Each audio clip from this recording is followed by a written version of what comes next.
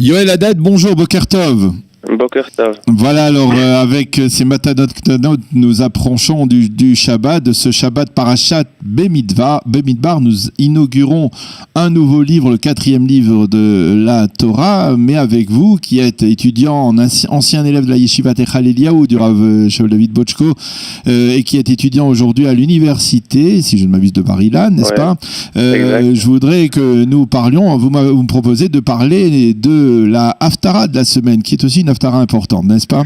Exactement. La Haftara, c'est un texte, une prophétie donc du prophète Oshéa, en français le prophète Osée, qui nous dit à un moment dans la Haftara, il nous dit Vaya bayom haou neum Hashem, tikrei ishi velo tikrei li od ba'ali.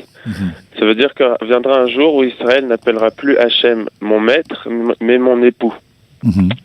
Et donc ça veut dire qu'Israël passera du statut de serviteur envers Hashem au statut d'épouse.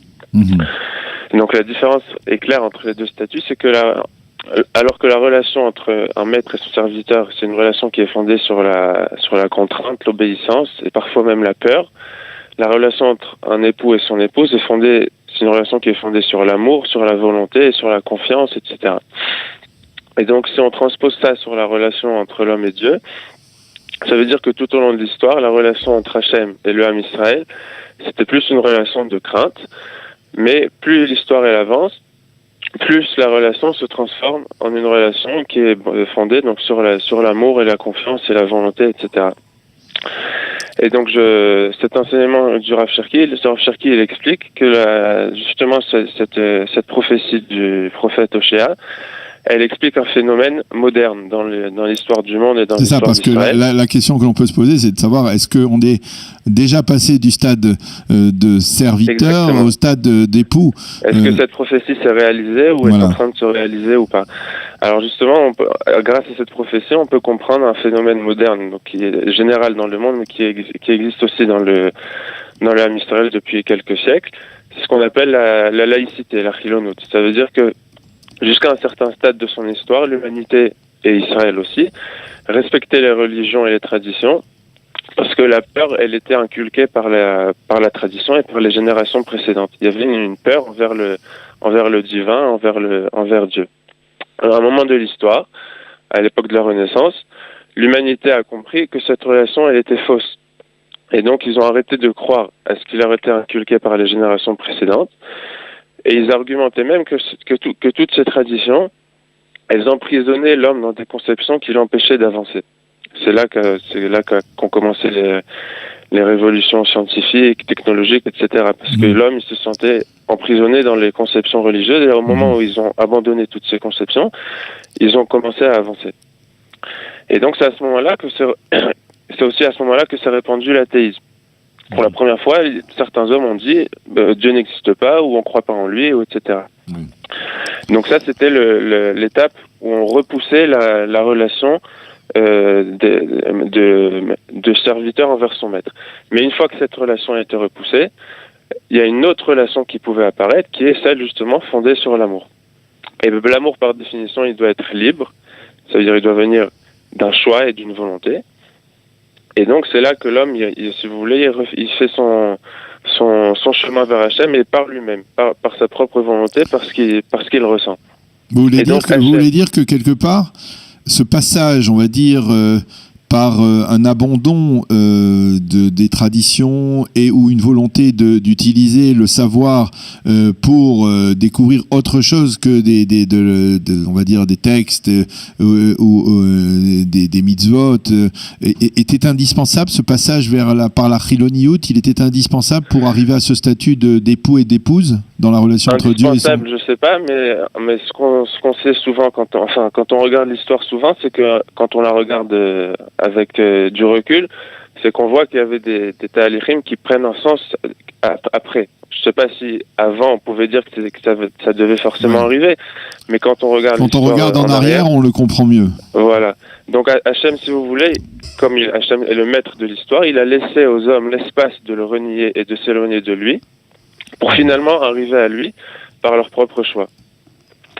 Et donc, pour finir la Haftara en beauté, le prophète Hoshea nous rappelle, c'est à ce moment-là qu'il nous dit ce très beau passouk, Ve'erastir li le'olam, ve'erastir li betzedek u'mishpat u'chesed u'vrachamim, ve'erastir li be'emuna ve'yadat et Hashem. Ça veut dire que, à ce moment-là, quand le Ham Israël reconnaîtra, ou l'humanité même reconnaîtra Hashem dans une relation d'époux-épouse et non dans une relation de maître-serviteur, alors auront lieu de nouveaux fiançailles entre Hachem et son peuple et l'humanité, et ces fiançailles-là dureront l'éternité, parce qu'ils seront fondés sur des meilleures bases.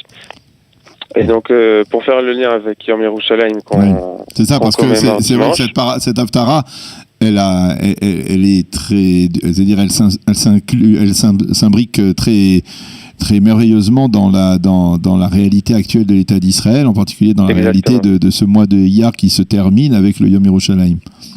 Exactement. Alors, par rapport à Yom Yerushalayim, il y a un célèbre enregistrement de la libération de Jérusalem. Il y a des enregistrements des combats et tout. Oui. Et il y a un enregistrement qui a éternisé la voix d'un soldat ou d'un officier qui arrive au kotel et qui dit la phrase suivante: Eneni Adam Dati, Meolam Lo Haïti, Aval. Et là, il s'arrête et il dit Zé à kotel. Ça veut dire en français, je ne suis pas religieux, je ne l'ai jamais été, mais il a la voix qui se coupe et qui dit mais j'ai le kotel devant moi. Oui, c'est ça veut dire? C'est le journaliste de Kol Israël qui a dit ça à l'époque. Ah, d'accord. Donc, qu'est-ce que ça veut dire cette phrase justement? C'est-à-dire qu'il a reconnu qu'il n'avait pas, lui reçu la peur, il n'avait pas reçu la tradition qui lui inculquait la crainte d'Hachem, etc. Mais donc lui il était complètement détaché de toute relation envers Hachem. Mais en arrivant devant un événement où Hachem se dévoilait dans sa bonté, alors lui-même il s'est empli d'amour et il s'est dit je reconnais, je peux pas renier dans un moment comme ça. Donc j'ai trouvé que ça pouvait faire un lien entre cette explication et cette prophétie du prophète Hoshea et justement cet événement de la guerre des 6 jours. On sait qu'il y a énormément de gens qui se sont sentis, qui ont senti un réveil en eux à ce moment-là. Qui a été effectivement d'une certaine manière dans la réalité israélienne le début du réveil d'un retour vers la tradition, ou alors vers les textes. Il y a eu un mouvement de Chazara Bitshuva, il y a eu aussi un mouvement de plus d'intérêt pour les textes, et il y a effectivement eu apparemment un souffle, on va dire, un souffle d'éternité après cette guerre, et un sentiment différent de ceux qui animaient l'État d'Israël juste avant.